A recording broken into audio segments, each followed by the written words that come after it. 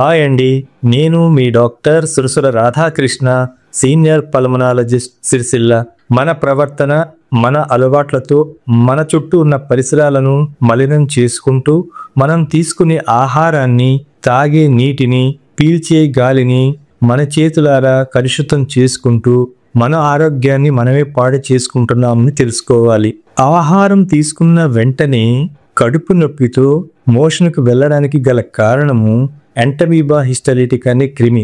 ఈ క్రిమి వలన ఒకరి నుంచి మరొకరికి అపరిశుభ్రమైన త్రాగునీటి తాగడం వలన, సరిగ్గా ఉడకని కలుషితమైన ఆహార పదార్థాలు తీసుకోవడం వల్ల సంక్రమిస్తుంది. ప్రపంచమంతటా ఈ వ్యాధి ఉన్నప్పటికీ ఎక్కువగా ఉష్ణమండల ప్రాంతాల్లో కనిపిస్తుంది. అమీబియాసిస్ లక్షణాలు తేలికపాటి మరియు తీవ్రమైన అమీబియాసిస్ లక్షణాలు ఉంటాయి. తేలికపాటి అమీబియాసిస్ లక్షణాలు ఏంటంటే పొత్తి కడుపు తిమ్మిరి, విరోచనాలు, రోజుకి కొద్దిపాటి మలము, శ్లేష్మ మరియు అప్పుడప్పుడు రక్తంతో మృదువైన మలము, అలసట, అధిక గ్యాసు, పేగు కదలిక లాంటివి ఉంటాయి. తీవ్రమైన అమీబియాసిస్ లక్షణాలు ఎలా ఉంటాయి అంటే పొత్తి కడుపు సున్నితత్వంతో ఉండి రక్తంతో కూడిన మలం, అలాగే మలం మార్గం ద్వారా రక్తచారులతో ఎక్కువగా మోషన్ అవ్వడం, జ్వరంతో పాటు వాంతులు కూడా కనిపిస్తాయి. అమీబియాసిస్ కి గల కారణాలు ఎంటమీబా హిస్టాలిటికా వ్యాధి వ్యక్తికి కలుషితమైన ఆహారము, నీరు త్రాగడం వల్ల సంక్రమిస్తుంది. ఎందుకంటే మానవ వ్యర్థాలను ఎరువులుగా ఉపయోగించడం వల్ల పచ్చి కూరగాయలు తినేటప్పుడు జాగ్రత్తగా ఉండాలి. అలాగే మనం త్రాగే నీరు ఎల్లప్పుడూ సురక్షితంగా ఉండేటట్లు చూసుకోవాలి. సరిగ్గా చికిత్స చేయకపోతే అమీబియాసిస్తో తీవ్రమైన ప్రమాదం ఉంది.